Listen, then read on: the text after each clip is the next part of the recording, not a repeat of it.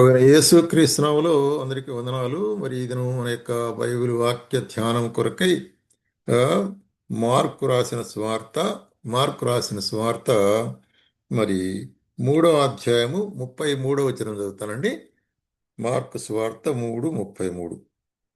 ఆయన నా తల్లి నా సహోదరులు ఎవరని తన చుట్టూ కూర్చున్న వారిని కలయచూచి, ఇదిగో నా తల్లియు నా సహోదరులను, దేవుని చిత్తము చొప్పున జరిగించువాడే నా సహోదరుడును తల్లి, నా సహోదరియు తల్లియు అని చెప్పాను.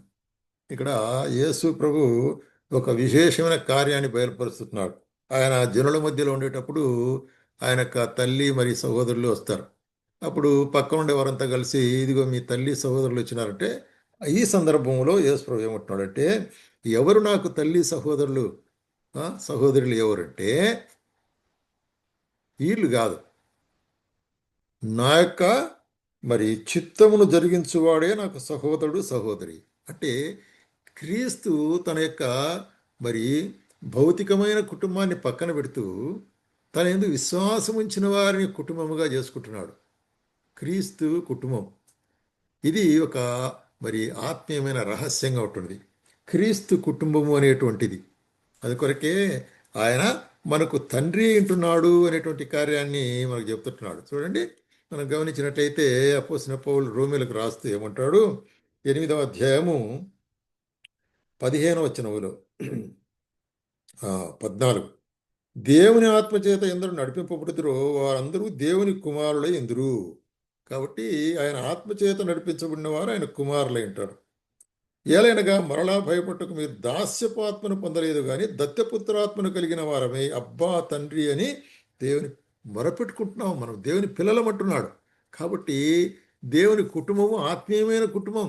యేసు ప్రభు కుటుంబం ఆత్మీయమైన కుటుంబం. ఇక్కడ ఆ, తన ఆత్మ ద్వారా మనల్ని ఏర్పరచుకునే వాడుకుంటున్నాడు, మనల్ని ప్రత్యేకించిన వాడుకుంటున్నాడు, తన పిల్లలుగా చేసుకున్న వాడుకుంటున్నాడు. అందుకొరకే అపోస్తలుడైన పౌలు కూడా ఏమంటాడంటే, మరి మొదటి కొరింథీయులకు రాసిన పత్రిక 4వ అధ్యాయంలో తన యొక్క స్వార్థను చెప్తూ మరి 15వ వచనంలో, క్రీస్తునందు మీకు ఉపదేశకులు 10,000 మంది ఉన్నను, తండ్రులు అనేకులు లేరు. క్రీస్తు యేసునందు స్వార్థ ద్వారా నేను మిమ్మల్ని కంటిని గనక మీరు నన్ను పోలి నడుచుకున్నవారు ఉండవాలని మిమ్మల్ని బ్రతిమాలు. కాబట్టి ఏముంటాడు ఇక్కడ, సువార్త ద్వారా మిమ్మల్ని కన్యాని అంటున్నాడు. అంటే మరి నేను నీకు తండ్రిని, మీకు తండ్రిని అంటున్నాడు. ఎవరిని? విశ్వాసుల గురించి. కాబట్టి సువార్త విశ్వాసం ఇచ్చిన ప్రతి ఒక్కరు కూడాను బోధకులు లేక మరి ఆయన యొక్క ప్రవక్తల యొక్క పిల్లలుగా ఉంటున్నారు. అంటే మరి ఆయన ద్వారా ఈ పిల్లలందరూ కూడా కలిసి క్రీస్తు యేసు యొక్క కుటుంబముగా ఉంటున్నారు. ఇది ఒక నూతనమైన కుటుంబము అనేటువంటి కార్యాన్ని అదే మరి తెస్సలోనికైలకు రాస్తూ మొదటి రాసిన పత్రిక 2వ అధ్యాయంలో ఏమంటాడంటే, 2 విషయాలు బయలుపరుస్తాడు ఇక్కడ. మొదటిది, అయితే మరి స్తన్యమిచ్చు తల్లి తన సొంత బిడ్డలను గౌరవించినట్లుగా మేము మీ మధ్య సాధువులమై ఉంటిమి. అపోస్తలుడైన పౌలు ఏమంటాడు, మిమ్మల్ని ఎట్లా గౌరవించినామంటే తల్లి తన సొంత బిడ్డలను గౌరవించినట్లు మిమ్మల్ని గౌరవించినాం, పోషించినాం, పరామర్శించినాం. అట్లాగే 12వ వచనంలో కూడాను, తండ్రి తన బిడ్డలను ఎడలా నడుచుకునే రీతిగా మీలో ప్రతివాని ఎడలా మేము నడుచుకుంటుమి. కాబట్టి తండ్రి వలే మేము నడుచుకున్నాం, తల్లి వలే తండ్రి వలే మిమ్మల్ని మరి పోషించి పరామర్శించినాము అనేటువంటి ఇది ఒక అద్భుతమైనటువంటి ఒక కుటుంబ రహస్యం అండి. ఈ ఫిలోమోనుకు రాసిన పత్రికలు ఏమంటాడంటే అపోస్తలుడైన పౌలు ఫిలోమోనుకు రాస్తూ ఇక్కడ చూడండి, చూసినట్లయితే ఏమంటున్నాడు, మరి ఫిలెమోను దగ్గర ఉండి మరి తప్పించుకొని పోయిన దాసుడు మరి ఏమంటున్నాడు ఇక్కడ చూసినట్లయితే, అతడు నీకు దాసుడు కదా మరి చూసినట్లయితే ఉన్నాడు, కానీ ఇప్పుడైతే విశేషంగా నాకు సహోదరుడు అంటున్నాడు అంటున్నాడు. ఎందుకంటే యేసు ప్రభు నమ్ముకుని దాసుడైన వాడు యేసుక్రీస్తుని నమ్ముకొని అపోస్తలుడైన పౌలు దగ్గరికి వచ్చినప్పుడు సహోదరుడు అంటున్నాడు. కాబట్టి ఇది ఎంత గొప్ప అనుబంధం అండి. ఈ లోకంలో అన్ఎక్స్పెక్టెడ్ తలవని తలంపైన అనుబంధం ఇది. ఆ, మనకు ఏ సంబంధం లేనివారు లేక ఒకవేళ మన సేవకులే ఉండొచ్చు, మనకంటే తక్కువ వారే ఉండొచ్చు. అయితే కూడా యేసు ప్రభువుని అంగీకరించిన తర్వాత ఆయన కుటుంబంలో చేరిన తర్వాత మనమంతా ఏమవుతాము? సహోదరులము అవుతాము, సహోదరుడు సహోదరులం అవుతాం. అందుకొరకే మరి క్రీస్తు యేసు కూడా ఏం చేశాడంట చూడండి, హెబ్రీయులకు రాసిన పత్రికలో మనం చూస్తున్నాము.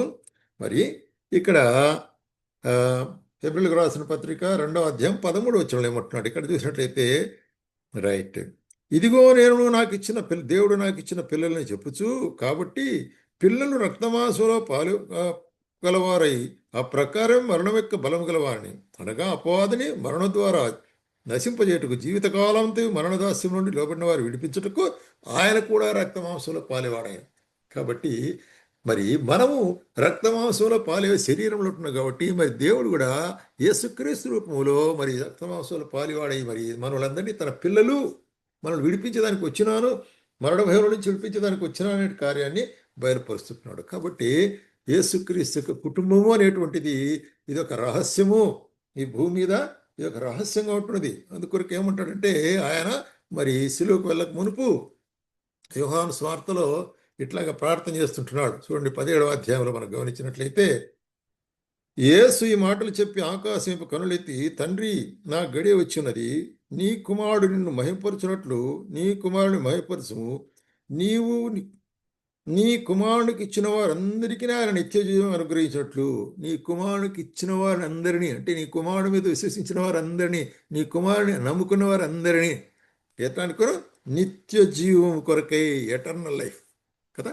ఆ నిత్య జీవాన్ని గురించి ఏం చెప్తున్నాడు, ఇదిగో నేను మరి 14వ అధ్యాయంలో మీ హృదయములు కలవరపడనీకుడి, దేవుని ఎందుకు విశ్వాసం ఉంచున్నారు, నా యందు విశ్వాసం ఉంచుడి, నా తండ్రి ఇంట అనేక నివాసములు కలవు, లేనేలా మీతో చెప్పుదును, ఇదిగో నేను స్థలం సిద్ధపరచుట కొరకై వెళుచున్నా అంటున్నాడు. స్థలం సిద్ధపరిచిన తర్వాత నా దగ్గర మీరు ఉంటున్నట్టు తిరిగి నేను వచ్చి మిమ్మల్ని తీసుకెళ్తానంటున్నాడు. కాబట్టి మన కొరకే స్థలం సిద్ధపరుస్తుంటున్నాడు. కాబట్టి ఆయన తండ్రిగా ఉంటున్నాడు, తల్లిగా ఉంటున్నాడు, సహోదరులుగా ఉంటున్నాం, ఆయన కుటుంబంగా ఉంటున్నాం. ఆయనకు మరి మనం నివసించడానికి నిత్య గృహాన్ని ఆయన సిద్ధపరుస్తుంటున్నాడు. ఈ యొక్క నిత్య గృహంలో యేసుక్రీస్తు కుటుంబంలో నీవు చేరుంటున్నావా? ఆయన కుటుంబంలో చేరాలంటే నీ ఆధిక్యత ఏంటి? ఆయన ఎవరైతే నమ్ముకుంటారో. కాబట్టి యేసుక్రీస్తునందు నమ్మికించినట్లయితే ఆయన పాప పరిహారకుడు, నా పాపమును క్షమిస్తాడు అని ఆయన దగ్గరికి వచ్చి మరి ఒప్పుకున్నట్లయితే నీ పాపమును క్షమించాను, నిన్ను తన కుమారుడిగాను కుమార్తెనుగాను చేసుకుని తన కుటుంబంలో కలుపుతాడు.